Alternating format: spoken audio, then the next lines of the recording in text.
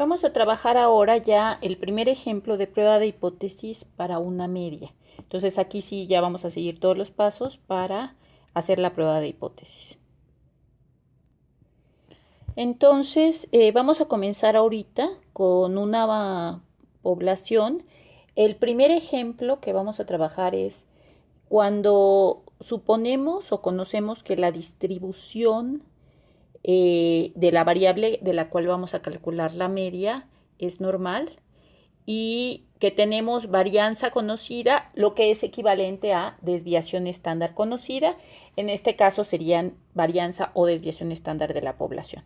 Entonces el problema que se tiene es que, bueno, en cierta población se sospecha que la edad promedio para que las mujeres trabajadoras tengan su primer hijo no es 24 años.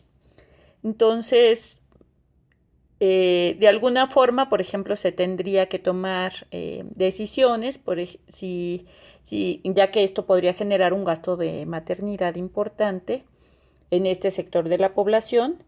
Y entonces, pues, se quiere confirmar esta sospecha. Así que, pues, realizaremos la prueba de hipótesis a partir de esto. Entonces, en este caso, vamos a considerar entre los datos que, bueno, para empezar tenemos una muestra aleatoria, que eso es importante. Eso quiere decir que fueron seleccionadas al azar 20 mujeres y que se calculó pues el promedio de la edad a la que tuvieron su primer hijo, y en este caso ese promedio fue de 22 años, entonces es el promedio muestral. Como supuestos vamos a tener dos características. Una es que la población tiene una distribución normal, que eso puede decirlo directamente el enunciado, o si se toma como un supuesto ya se puede utilizar. Lo importante es que ese tipo de variable pues realmente se comporte al menos parecido a la distribución normal. Eso quiere decir que la mayoría de los valores estén como cerca de la media y que pues las desviaciones estándar, conforme uno se va alejando, tengan las probabilidades, bueno, que ya se han estudiado, ¿no? Entonces vamos a suponer también que se conoce la desviación estándar de la población, que es de 3 años. Entonces con esto pues ya vamos a pasar a la formulación de la hipótesis. Aquí vamos a ver los pasos 3, 4 y 5. Entonces, la hipótesis alterna, que es lo que quiero demostrar, es que la media de la población es diferente de 24 años. Y por lo tanto, la hipótesis nula, que es su pareja, pues es que la media es igual a 24 años. Como estamos considerando que la distribución es normal de los datos, entonces en el paso 5 pues podemos decir que la distribución que vamos a utilizar pues es la distribución normal estándar, que tiene media 0 y varianza 1. Y la fórmula que vamos a usar siempre que trabajemos la distribución normal es la que aparece aquí, que es z igual a x barra, que es la media de la muestra, menos mi 0, que es lo que se quiere estimar, el valor que se quiere estimar, dividido entre sigma, que es la desviación estándar, sobre la raíz cuadrada del tamaño de la muestra. Entonces, siempre vamos a usar esta fórmula cuando se trate de calcular el valor para la normal. El paso 6 va a ser definir los valores para los cuales la hipótesis nula será rechazada o no. Esto lo que me va a marcar son ciertos intervalos. Y bueno, aquí es muy importante identificar cuál era el signo que se utilizó en la hipótesis alterna. Porque o sea, si se usó mayor que, si se usó menor que, o si se usó diferente. Porque eso nos va a dar la pauta de cuál es el signo que voy a usar en el applet para la distribución. Tengo que elegir un valor de alfa. El valor de alfa, acuérdense que es el error que estoy permitiéndome para la prueba. En este caso, pues vamos a tomar un error de 0.10, o sea, un error del 10%, y vamos a enunciar pues la hipótesis en términos de esto. Vamos a utilizar entonces el applet de la distribución normal, con el cual pues ya estamos familiarizados, ya hemos usado bastante. Y vamos a dejar el valor de la media, el valor de mi como 0 y el de sigma como 1. Entonces, media 0, desviación estándar 1, que es lo que es la distribución normal estándar.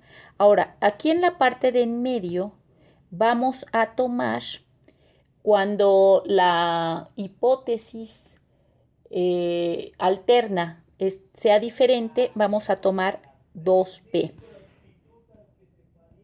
A esto se le llama una hipótesis de dos colas.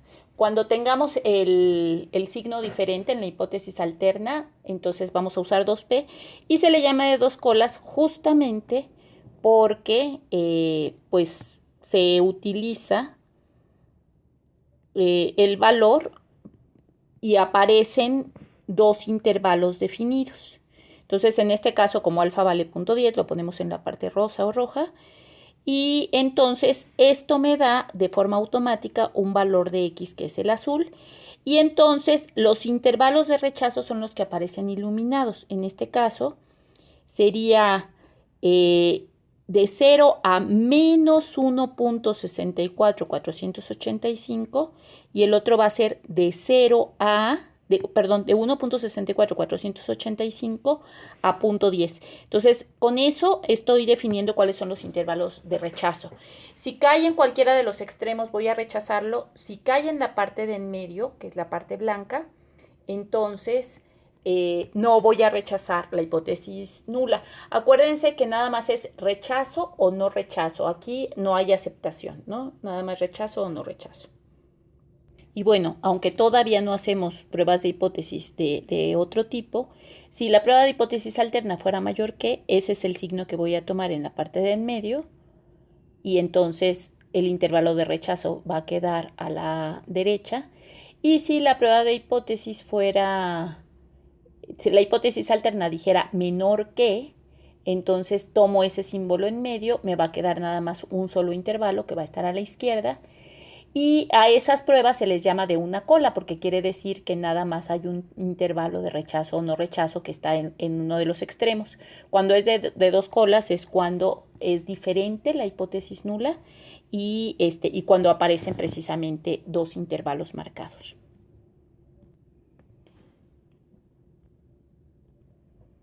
Algo que es importante mencionar aquí es que en la parte azul aparece solo un valor que es positivo, pero cuando es de dos colas siempre hay que tomar el positivo y el negativo. Por eso comenté que los intervalos de rechazo, uno va desde menos infinito hasta menos 1.64485 y el otro va desde 1.64485 hacia infinito. Entonces son las dos partes que están coloreadas.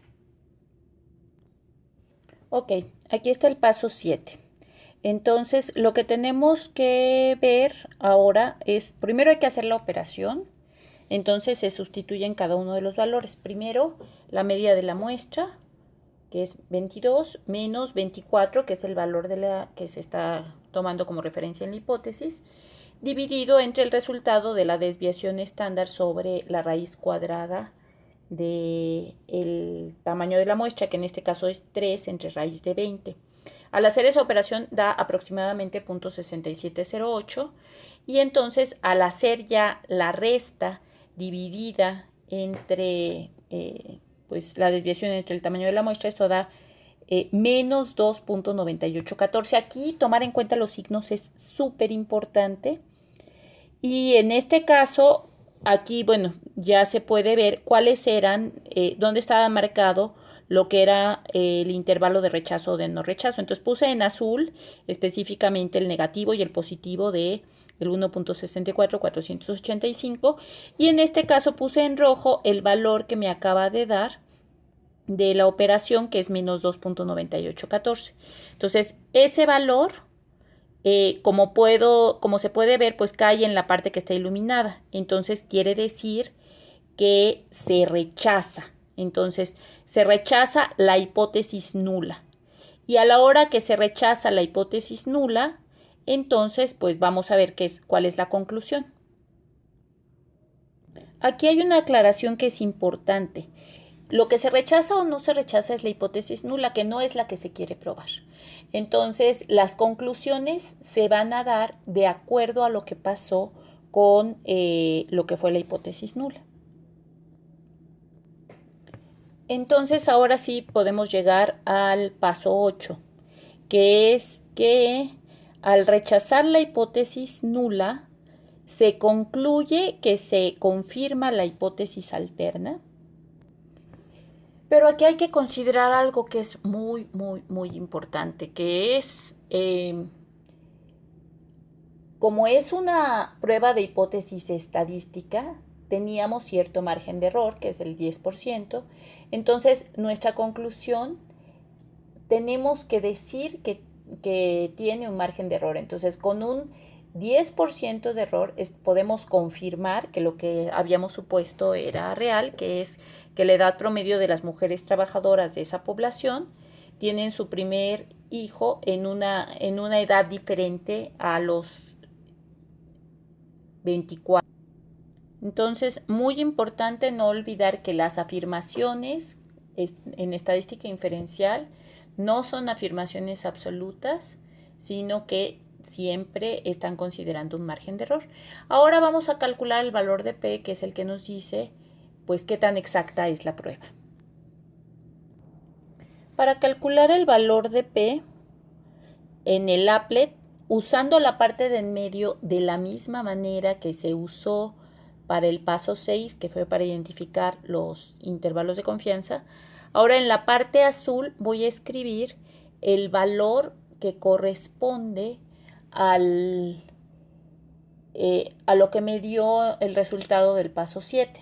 En este caso es menos 2.9814, lo escribo con todo y su signo, y entonces el valor que me da en la parte rosa o roja es lo que corresponde al applet, que en este caso, al valor de P, que es el nivel de precisión de esta prueba de hipótesis, y en este caso el valor de P es 0.00286. Un detalle importante, este valor de P, no confundirlo con el P de la proporción, esa es otra cuestión.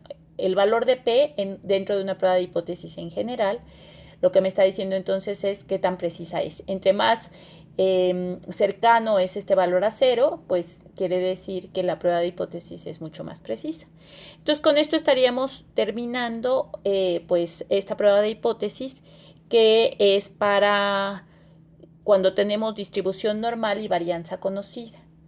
Entonces, ahora usamos como hipótesis la hipótesis alterna ser diferente, pero podemos tomar mayor que o menor que, y pues ahí van a ir variando un poco las cuestiones, ¿no? Entonces, bueno, esta es la primera prueba de hipótesis que vamos a ver.